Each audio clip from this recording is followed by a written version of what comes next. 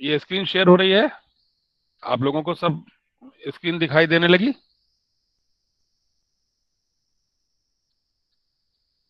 Screen दिखाई दे रही है आप लोगों को सबको?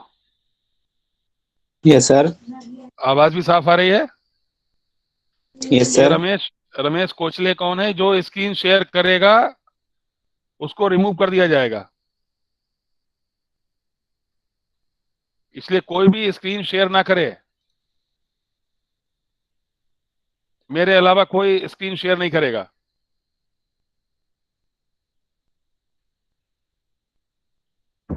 स्क्रीन विजिबल है सबको? अब दिखाई दे रही है?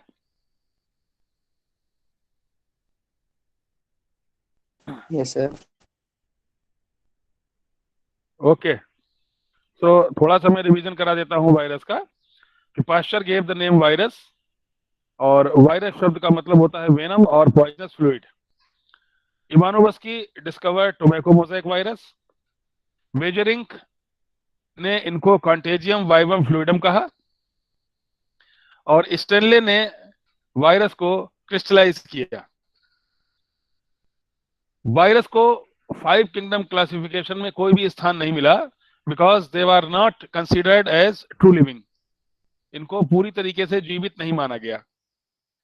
Viruses are simple non cellular entities, obligate intracellular parasites. They are smaller than prokaryotic cells. ये प्रोकैरियोटिक सेल से छोटे होते हैं। प्रोकैरियोटिक सेल का एग्जाम्पल मैंने उस दिन बताया था, बैक्टीरिया। और जो सबसे इंपॉर्टेंट पॉइंट है वो ये है कि viruses are made up of DNA और आरएनए। ये डीएनए या आरएनए से मिलकर बने होते हैं, और इनके चारों ओर एक प्रोटीन कोट होता है, capsid. They are smallpox virus है वो लार्जेस्ट है, और polio virus is smallest virus. The viruses are fully assembled infectious virus is called a virion। मैंने उस दिन बताया था आपको कि जो वायरस पूरी तरीके से तैयार है इन्फेक्शन के लिए, उसको हम वायरियन कहते हैं। जब तक वो बॉडी के बाहर है, जब तक वो लिविंग सेल के अंदर नहीं है, तब तक हम उसको वायरस नहीं कह सकते। जब तक वो बाहर है उसको हम वायरियन कहेंगे। It can reproduce in only a small group of closely related species. और ये अपनी स्पेशलाइजेशन के लिए जहां पर इनको अटैक करना होता है, ये वहीं पर अटैक करते हैं। Viroids, they are free infectious RNA without protein coat, and prions are abnormally folded protein without genetic material। यानी आरएनए विदाउट प्रोटीन कोट अगर इन्फेक्शन करता है तो उसे वायरॉइड कहते हैं, और प्रोटीन विदाउट जेनेटिक मटेरियल अगर इन्फेक्शन करती है तो उसको हम प्रियन कहते हैं। ये स्लाइड इसलिए बहुत इंपॉर्टेंट है क्योंकि इस स्लाइड से बहुत सारे आपके एमसीक्यूज और क्वेश्चंस बनते हैं जो आपके यहाँ पूछे जाते हैं। ये मैंने बताया था उस दिन, टीएमबी में हेलिकल सिमेट्री होती है, और ई कोलाई जो वायरस बताया था उसमें मैंने बताया था आइकोसा हेड्रल सिमेट्री होती है।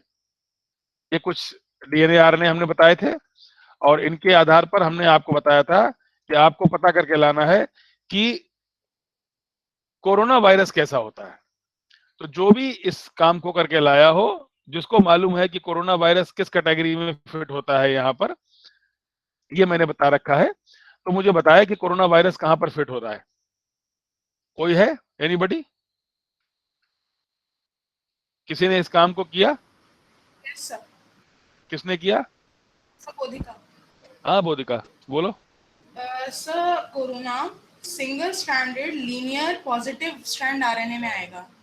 Single stranded linear positive strand RNA, यानी कि यहाँ पर अगर देखा जाए तो इस वाली कैटेगरी में आएगा। यस सर, फर्स्ट कैटेगरी ये जो आरएनए में। यस आरएनए में जो पहली जो मैंने हाईलाइट की है इसमें आएगा, sir. Linear and single stranded positive strand RNA. Very good, शाबाश। एंड सर इसका जो जीनोम साइज है वो 30 हाँ, केबी है। This is one of the एक लार्जेस्ट मिनट जीनोम एक मिनट साइज। एक मिनट एक मिनट, हाँ अब इसका जीनोम साइज देखो, मैंने ये स्लाइड लगा दी है जीनोम साइज वाली। यस सर, तो इसका जीनोम साइज जो है वो 30 केबी में है, and this is one of the largest all RNA virus, जो कि नॉन सेगमेंटेड आरएनए है वायरल जीनोम्स में। लार्जेस्ट अच्छा नोन अच्छा, है ये, लार्जेस्ट नोन। एंड ठीक देन ठीक। इसका न्यूक्लिक एसिड आरएनए है, स्ट्रैंडेडनेस सिंगल स्ट्रैंडेड है, कैप्सिड सिमेट्री हेलिकल है, पॉजिटिव एनवेलप है, होस्ट रेंज जिसकी एनिमल्स है avian and mammalian host, and इसका साइज जो है वो 25 mm। Very good, very good, very good. ये अपने पास आप नोट कर लीजिएगा, ठीक है। Yes sir, noted. जब वायरस के नोट्स आप बनाएंगी तो वायरस के अच्छा, नोट्स बना में ली। आप इस कोरोना वायरस के इस पॉइंट को अलग से हाईलाइट करके ऐड करेंगी आप, कर लिया ठीक। हाँ, गुड, शाबाश शाबाश, बहुत बढ़िया। I am happy with you Bodhika. Thank you sir. Okay okay, so now we move on. अब ये देखिए, जो वायरस मैं आज आपको बताने जा रहा हूं ये है बैक्टीरियोफेज वायरस। इसको हम बैक्टीरियल वायरस भी कहते हैं। क्यों कहते हैं? क्योंकि ये वो वायरस है जो बैक्टीरिया को किल कर देता है, यानी कि बैक्टीरिया को मारने वाला virus is called phase virus और बैक्टीरियल वायरस, ठीक है। तो इनको हम कहते हैं ईटर ऑफ बैक्टीरिया। इनको ईटर ऑफ बैक्टीरिया भी कहा जाता है क्योंकि ये बैक्टीरिया को खा जाते हैं। खा जाने से मतलब यहां पर क्या है, they break the cell wall of bacteria. ये बैक्टीरिया की सेल वॉल को तोड़ देते हैं। आप देखें, इसमें लिखा है कि बैक्टीरियोफेजेस और simply phase were first observed in 1915 by Todd in England and D'Herelle in France. टॉट एंड डीहेरल ने इनको सबसे पहले डिस्कवर किया था। ये बहुत पूछा जाता है। And they use the term bacteriophage eaters of bacteria. ये बैक्टीरिया को ईट करते हैं, खाते हैं, यानी कि उसकी लाइफ को खत्म कर देते हैं, उसकी सेल वॉल को ब्रेक कर देते हैं। Several morphologically distinct types of phages have been described, including polyhedral, filamentous, and complex. Complex phages have polyhedral heads to which tails and sometimes other appendages, tail plates, tail fibers are attached. Phase T4 is an example of a complex phage. ये जो T4 है ये एक example है complex phase का। It contains a linear double stranded DNA genome. एक बात याद रखना, जितने भी फेज हैं इन सब में डबल स्ट्रैंडेड डीएनए होता है, लेकिन एक फेज वायरस ऐसा है जिसमें सिंगल स्ट्रैंडेड डीएनए होता है और वो बहुत नीट में और सब जगह पूछा जाता है। उसका एग्जांपल है 5X174, हो सकता है कहीं आगे मिलेगा। So this 172 kilo base enclosed in a capsid and attached to a tail. यानी कि जितने भी फेज वायरस होंगे उस सब में एक, आप तो ये बात मैंने आपको कल भी बताई थी कि जितने भी वायरस हैं उन सब में एक डीएनए या आरएनए होगा और एक कैप्सिड होगा, प्रोटीन, जिसको हम बोलते हैं न्यूक्लियो प्रोटीन। कोई भी वायरस होगा उसमें दो चीजें होती हैं, एक तो प्रोटीन होगी जिसको हम बोलते हैं कैप्सिड, और एक होगा डीएनए या आरएनए, इन दो में से एक होगा। कोई भी वायरस हो यही दो चीजें होती हैं हर वायरस में। इस वायरस में भी यही दो चीजें हैं। इसमें कौन सा डीएनए है? डबल स्ट्रैंडेड डीएनए है। और क्या है? और कैप्सिड है। इसके अलावा क्या है? इसके अलावा इसमें एक टेल भी होती है। तो the T4 capsid is an elongated icosahedron, यानी कि इसकी सिमेट्री कैसी होगी? Icosahedral. It has a very elaborate tail structure including a collar at the base of the head and a rigid tail are surrounded by a contractile sheath. The core and sheath are attached to a hexagonal base plate. Attached to the tail plate are tail pins and 6 linked tail fibers. यानी इनकी जो tell होगी उसमें 6 tell fibres होंगे। तो देखो यहाँ पर तुमको नोट क्या क्या करना है। तुमको ये नोट करना है कि बैक्टीरियोफेज क्या होते हैं? वायरस होते हैं। 99% हमारे स्टूडेंट्स, क्वेश्चन जब पूछा जाता है कि व्हाट इज बैक्टीरियोफेज, बैक्टीरियोफेज क्या है, तो वो लिख देते हैं बैक्टीरिया है, जबकि ये वायरस है। फिर दूसरी बात आती है कैसे वायरस हैं? ये वो वायरस हैं जो बैक्टीरिया को मार देते हैं, they can kill the bacteria, तो ये ईटर ऑफ बैक्टीरिया हुए। तीसरी बात, इसकी खोज किसने की थी? Who discovered bacteriophage? टॉट एंड डीहेरल। केवल इतना ही नाम याद कर लें आप, टॉट एंड डीहेरल। इन दो ने इस बैक्टीरिया, इस वायरस को डिस्कवर किया था। इसमें क्या होता है? इसमें डबल स्ट्रैंडेड डीएनए होता है, और क्या होता है? और एक कैप्सिड होता है। इसके अलावा टेल होती है, और टेल में 6 टेल फाइबर्स होते हैं। ऐसे वायरस को हम बैक्टीरियोफेज वायरस कहते हैं। तो पहला पॉइंट, दे आर वायरसेस। दूसरा point, they can kill the bacteria or they are known as eater of bacteria. तीसरा point, discovered by Twort and d'Herelle. चौथा point, it contains double stranded DNA. पांचवा point, it contains capsid and tail. छठा point, the tail है 6 linked tell fibres. ये 6 point आपको इसमें याद रखने होंगे। Is it clear? ओके, अब ये देखिए, ये बना हुआ है डायग्राम, सबको दिखाई दे रहा है? देखिए इसमें ये दिख रही है कैप्सिड, ये बना हुआ है कैप्सिड, ये बना हुआ है डबल स्ट्रैंडेड डीएनए इस हेड के अंदर। ये हिस्सा कहलाता है हेड और ये हिस्सा कहलाता है टेल। यानी ऊपर का हिस्सा हेड और नीचे का हिस्सा टेल। और हेड में जो प्रोटीन है उस प्रोटीन को हम कहते हैं कैप्सिड। उसके नीचे दिखाई दे रही है शीथ, शीथ के नीचे दिखाई दे रही है टेल पिंस। और टेल में अगर आप देखो तो 1 2 3 4 5 6, ये 6 दिख रहे हैं टेल फाइबर्स। ये टी इवन फेज है। टी इवन का क्या मतलब हुआ? T2, T4, T6। और टी ऑड का T1, T3, T5। सम संख्या, विषम संख्या। तो जो टी इवन है वो T2, T4, T6 सबका स्ट्रक्चर यही है। इसी स्ट्रक्चर को बोलते हैं बैक्टीरियोफेज का। ये डायग्राम बहुत इंपॉर्टेंट है और ये कई जगह बना हुआ है। हो सकता है आपको और बहुत इसमें इससे अच्छा दिखा, हमारी जो बुक है उसमें और बहुत अच्छा दिया हुआ है। बायोलॉजिकल साइंस में तो सबसे अच्छा दिया हुआ है। इंटरमीडिएट बुक में भी दिया होगा, एनसीईआरटी में भी दिया हुआ है, सब जगह दिया हुआ है। आप कहीं से भी बना सकते हैं इस डायग्राम को, लेकिन ये बहुत इंपॉर्टेंट है, ये बनाना बहुत जरूरी है। तो ये डायग्राम आपकी समझ में आ गया और बैक्टीरियोफेज क्या होते हैं ये बात आपकी समझ में आ गई। अब हम आगे बढ़ते हैं। ये देखिए फेज जीनोम। ज्यादातर जो most of the phages are double stranded DNA viruses. ज्यादातर जो फेज होते हैं उनके अंदर डबल स्ट्रैंडेड डीएनए होता है। However, some phases contain single stranded DNA and single and double stranded RNA genome। आपको क्या याद रखना है? आपको याद रखना है कि जितने भी फेज वायरस होते हैं उनमें डबल स्ट्रैंडेड डीएनए होता है, लेकिन बहुत कम ऐसे वायरस होते हैं जिसमें सिंगल स्ट्रैंडेड डीएनए या डबल स्ट्रैंडेड आरएनए भी होता है। For examples of phages and the nature of the genome are given below. अब आप देखें nature of genome, single stranded DNA किसमें होता है? 5x174 और एफडी में भी। आप एफडी को छोड़ दें, 5x174 का नाम जरूर याद रखें, ये 100% पूछा जाएगा आपसे किसी ना किसी एग्जाम में। Double stranded DNA T phases, lambda phases. Single stranded RNA genome of plus sense, ये MS2। और डबल स्ट्रैंडेड आरएनए 5-6। अगर ये सारा आप याद नहीं करना चाहते हैं तो आप सिर्फ इतना याद कर लीजिए कि मोस्टली ज्यादातर बैक्टीरियोफेज वायरस में डबल स्ट्रैंडेड डीएनए होता है, लेकिन 5x174 में सिंगल स्ट्रैंडेड डीएनए होता है। इतनी बात तो आपको याद करना ही पड़ेगी, इतनी बात आप याद कर सकते हैं। सही है? ये बात आपकी समझ में आ रही है?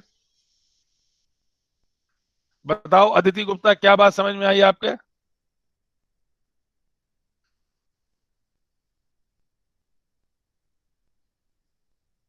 हेलो, इतनी बात आप सबकी समझ में आ गई है? Yes sir. क्या समझ में आया तुम्हारे? सर ये जो टी फेज होते हैं उसमें 5x174 phase single DNA, single standard DNA होता है। और मोस्टली फेज वायरस में क्या होता है? Double standard DNA. हाँ, मोस्टली फेज वायरस में डबल स्टैंडर्ड डीएनए होता है, लेकिन 5x174 में सिंगल स्टैंडर्ड डीएनए होता है। ये बात नोट कर लेंगे आप? यस सर, नोट कर ली। नोट कर लिए? आप स्लाइड का स्क्रीनशॉट लेके उसको बाद में भी नोट कर सकते हैं। अब देखिए बात आती है सबसे इंपॉर्टेंट, लिटिक साइकिल। स्लाइड साफ दिखाई दे रही है आपको या थोड़ी बड़ी करें हम? अब दिखाई दे रही है?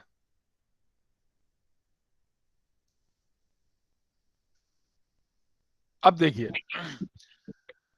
सबसे पहले बात आती है लिटिक साइकिल की।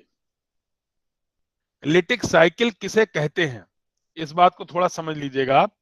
फिर आपको बात समझने में मजा आएगी।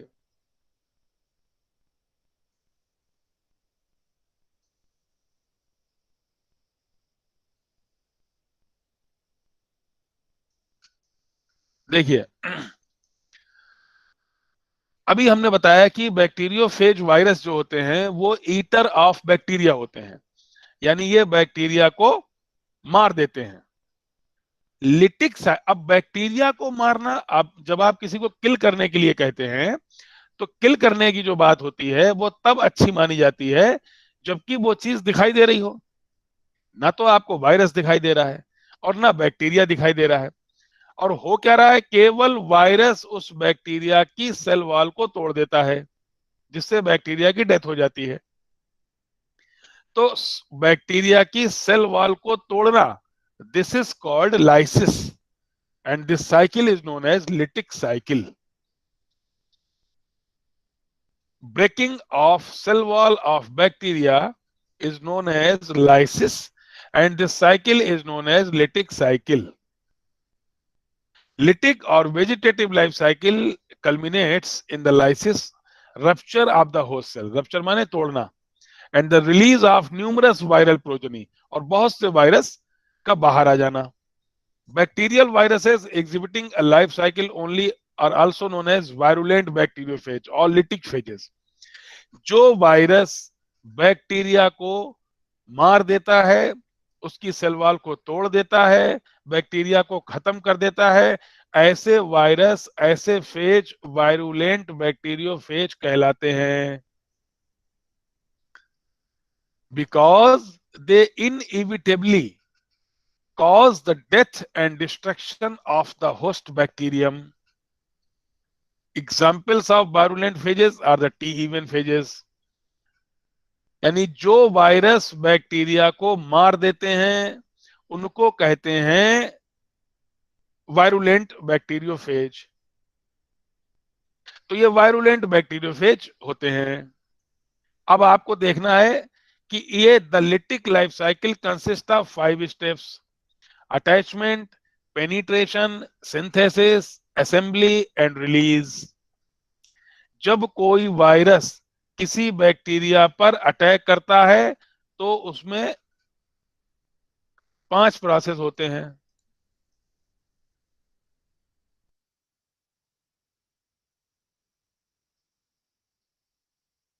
और वो 5 प्रोसेस कौन कौन से हैं? Attachment, penetration, synthesis, assembly and release. अब आप देखिए, ये जो ब्लैक लाइन मोटी सी दिखाई दे रही है ये बैक्टीरिया की सेल वॉल है, यानी कि ये नीचे क्या है, पूरा बैक्टीरिया है। ये देखिए फेज वायरस ऊपर से आया, पहला प्रोसेस आ रहा है attachment. The cycle begins by the attachment of the bacteriophage to specific host cell molecules on the bacterial cell wall. After the virus attaches to its host, it introduces its genetic material into the cell. ये देखिए, ये virus bacteria की cell wall के ऊपर आया, ये ऊपर आके अटैच हो गया। अटैच होने के बाद इसने अपने डीएनए को कहां भेज दिया? बैक्टीरिया की सेल वॉल के अंदर। यानी कि ये जो डीएनए है वायरस का, ये वायरस का डीएनए यहां से होता हुआ अब कहां आ गया? बैक्टीरिया की सेल वॉल के अंदर। यानी अटैचमेंट हो गया और इन्फेक्शन भी हो गया। वायरस का डीएनए, मैंने कल भी आपको बताया था, वायरस जब अटैक करता है तो केवल डीएनए अंदर जाता है, तो ये डीएनए सेल वॉल के अंदर आ गया। इतनी बात समझ में आ गई सबके?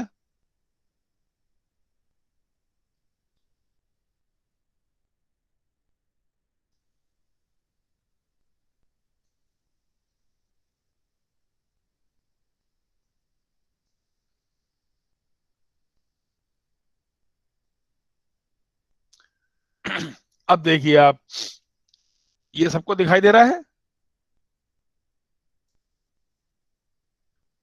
ये फोटो सबको दिखाई दे रही है? ठीक। अब देखिए, ये वायरस है,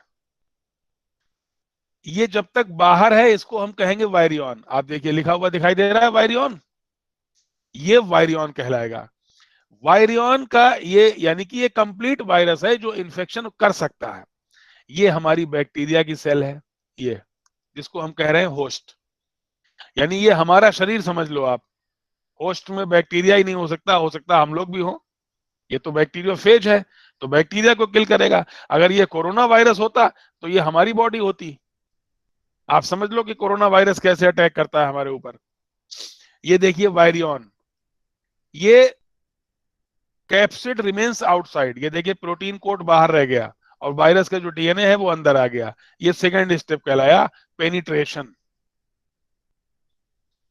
यानी अब ये जो बैक्टीरिया की सेल है, इस सेल के पास अपना डीएनए है और इस वायरस का डीएनए है। सेल के अंदर दो डीएनए हो गए, एक तो सेल के अंदर अपना डीएनए है और एक सेल के अंदर वायरस का डीएनए हो गया। क्लियर? अब इस वायरस के डीएनए ने अपनी सिंथेसिस शुरू की। देखो वायरस का एक डीएनए था, 1 से 2 बने, 2 से 4 बने, 4 से 8 बने और ये बहुत सारे बन गए। यहाँ कम से कम 100, 200, 300 बन सकते हैं। और ये सारे किसके वायरस, किसके डीएनए हैं? वायरस के, फेज के। बैक्टीरिया का अपना डीएनए खत्म हो चुका है, उसका अपना डीएनए समाप्त। यानी कि जब वायरस का डीएनए बैक्टीरिया के अंदर आता है तो बैक्टीरिया का डीएनए खत्म हो जाता है और वायरस का डीएनए अपने डीएनए से बहुत सारा रेप्लिकेशन करके बहुत सारे डीएनए बना लेता है।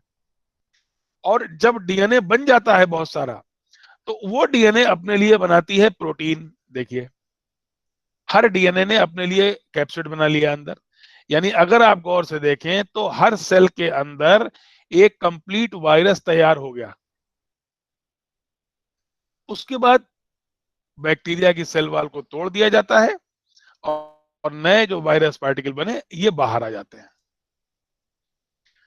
अगर आप इसको गौर से देखें, this is complete lytic cycle, ये पूरी लिटिक साइकिल है। आप अगर गौर से इसको देखें, सबसे पहले हुआ अटैचमेंट, वायरस ने बैक्टीरिया से अटैचमेंट किया। उसके बाद हुआ इन्फेक्शन, यानी वायरस का डीएनए बैक्टीरिया सेल के अंदर आ गया। उसके बाद हुई सिंथेसिस, यानी फेज के डीएनए या वायरस के डीएनए ने अपने जैसे बहुत सारे डीएनए बनाए। उसके बाद हुई असेंबली, असेंबली में वायरस के डीएनए ने अपने लिए प्रोटीन बना दी। उसके बाद हुई लाइसिस, जिसमें बैक्टीरिया की सेल वॉल टूट गई और नए वायरस पार्टिकल बाहर आ गए, रिलीज। क्लियर? अब आप गौर से देखें, केवल एक फेज वायरस अंदर गया था, केवल एक डीएनए अंदर गया था। ये देखें आप, एक वायरस आया था और बाहर कितने वायरस निकले? 100, 150, 200, 50, 100 तो निकल ही जाते हैं एक बार में। इसी प्रकार से जब कोई वायरस हमारे शरीर पर अटैक करता है तो केवल एक वायरस अटैक करता है, केवल एक डीएनए अंदर जाता है, लेकिन अंदर जाकर के वो हमारी जो एंजाइम मशीनरी है उसको अपने कंट्रोल में लेता है और उस एंजाइम मशीनरी से अपना रेप्लिकेशन शुरू करता है, अपने जैसे डीएनए बहुत सारे बना लेता है। कोरोना भी यही करता है। हमारे शरीर में जाने के बाद उसका मल्टीप्लिकेशन शुरू होता है, एक डीएनए से बहुत सारे डीएनए बनते हैं और फिर हमारी सेल वॉल टूटना शुरू होती है और नए वायरस बाहर निकलना शुरू होते हैं। This is lytic cycle. ये 100% एग्जाम में आएगी, लॉन्ग में 110% फुल क्वेश्चन आएगा इस पे। ये बात सबकी समझ में आ गई? अगर इसमें कोई बात आपको पूछना हो तो मुझसे पूछो। बताओ भाई बोधिका, क्या समझ में आया तुम्हारे?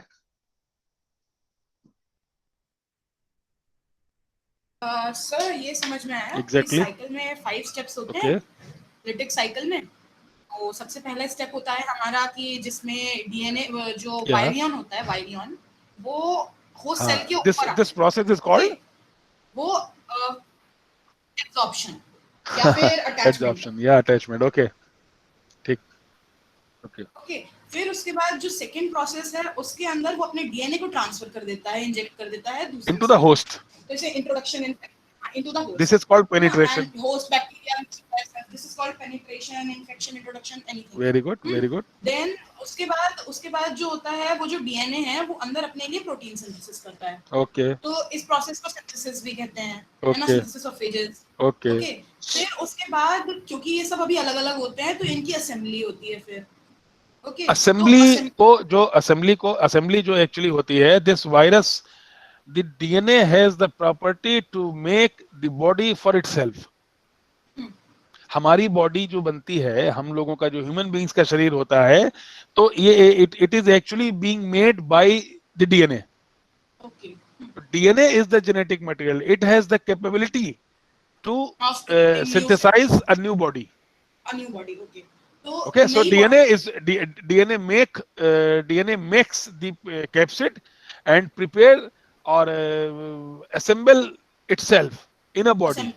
ओके, वो एक नई बॉडी असेंबल कर लेता है एंड एक नहीं वो कई सारी असेंबल हो जाती हैं। हाँ, जितने डीएनए होंगे हाँ। उतनी प्रोटीन बनेगी। फिर उसके बाद फाइनल प्रोसेस होती है जिसे हम लोग लाइसिस कहते हैं, जिसमें जिस भी होस्ट सेल है उसकी सेल ब्रेक हो जाती है, सेल वॉल, वेरी और गुड, ये जो है वो एग्जैक्टली, बाहर आ जाते हैं। तो इस प्रोसेस को लाइसिस कहते हैं और ये पूरी लिटिक साइकिल कहलाती है। This is called lytic cycle. ये तुमने इससे पहले पढ़ी नहीं थी कभी? नहीं, आज पहली बार पढ़ी। क्या बात कर रहे हो तुम? This is 11th class NCERT. उतना याद नहीं। हाँ, उतना याद नहीं, चलो कोई नहीं। अब तुमने इसको पढ़ लिया, तुम्हारे पास किताब कौन सी है, बुक कौन सी है? सिंह पांडे जैन की बुक है? यस सर, है उसमें है। English? Yes sir, page number 26। हाँ, उससे देख करके तुमको इसको बनाना है, ओके सर। अपने नोट्स रेडी करने हैं, और फिर मैं जब मैं बुलाऊंगा तो तुम्हारा ऑफलाइन क्लासेस लगेंगी तब मैं वो नोट्स देखूंगा, और Okay, if there is need of any improvement then I will do it. Okay, okay sir. so this is lytic cycle.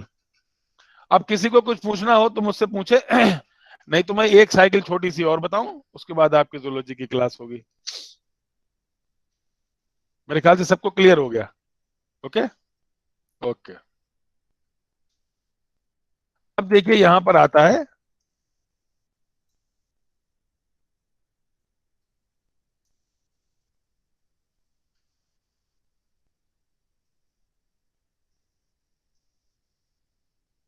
ये स्लाइड, सबको दिखाई दे रही है?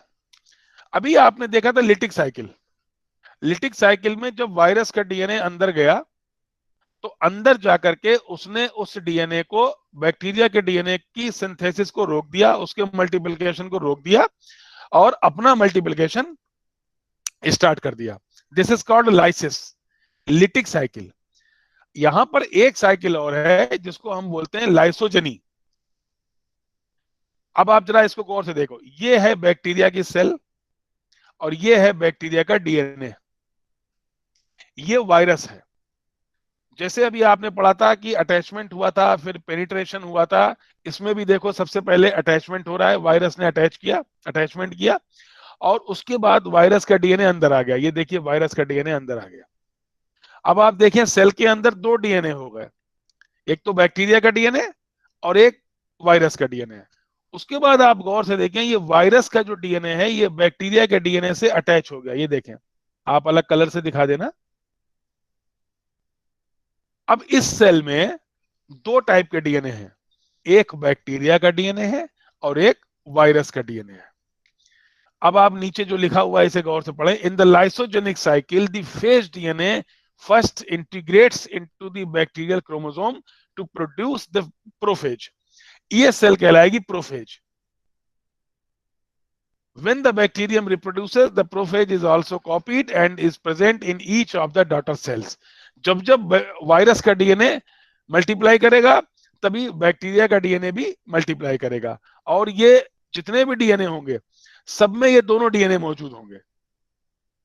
This cycle is called lysogeny. Last में ये यहां पर भी बैक्टीरिया सेल की लाइसिस होगी, लेकिन वो बहुत देर बाद होगी। तो जब वायरस का डीएनए अंदर जाए और बैक्टीरिया को मार के अपनी बहुत सारी जनरेशन बना दे, then it is called lytic cycle, और ऐसा वायरस कहलाता है वायरुलेंट। और जब वायरस का डीएनए बैक्टीरिया सेल के अंदर जाता है और उसके डीएनए से मिलकर के रेप्लिकेट करता है, then it is called lysogeny, और ऐसा वायरस कहलाता है टेम्परेट। ऐसा वायरस कहलाता है टेम्परेट वायरस, और ये प्रोसेस कहलाती है लाइसोजेनी। तो वायरस का डीएनए दो लाइफ साइकिल दिखाता है, एक तो लिटिक साइकिल जिसमें बैक्टीरिया सेल को मार देता है, एक लाइसोजनी जिसमें वो बैक्टीरिया सेल के साथ में अटैच हो जाता है, लेकिन लास्ट में डेथ यहां भी होगी। इस बात को मैं आसान लफ्जों में बताऊं तो यूं समझ लो, जैसे आपके घर की दरवाजे की घंटी बजी, आपने गेट खोला, सामने एक आदमी खड़ा है जो बैक्टीरियोफेज वायरस है, उसने अपना रिवॉल्वर निकाला, आपको गोली मारी और चला गया। This is called lytic cycle. और अगर कोई आदमी बाहर आया है, वो आपके साथ आया है, बैठा है, आपके साथ रहता है, 8-10 दिन आपके खाना खाता है, आपके साथ रह के फिर आपको मारता है, then this is called lysogeny. Clear? ये उदाहरण आपकी समझ में आ गया होगा। तो लिटिक साइकिल वायरुलेंट, वो जो आदमी आया है वो वायरुलेंट है, और यहां पर जो फेज आया है वो टेम्परेट है। क्लियर? एक लास्ट स्लाइड में आपको और दिखा देता हूं।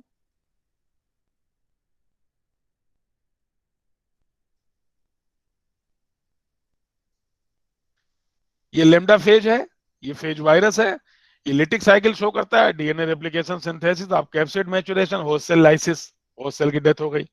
लाइसोजेनी करता है तो ये रिकम्बाइन करता है इकोलाई क्रोमोसोम के साथ में और लंबे समय तक उसके साथ में रहता है।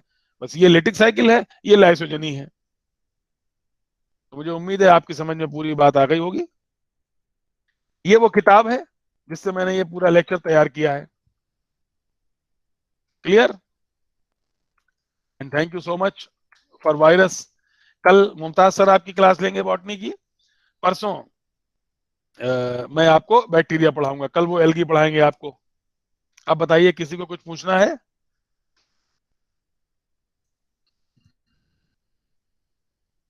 हाँ बताओ अंजलि गुप्ता, कुछ पूछना आपको? और क्लास में आते रहिए। मैं आपको बता दूं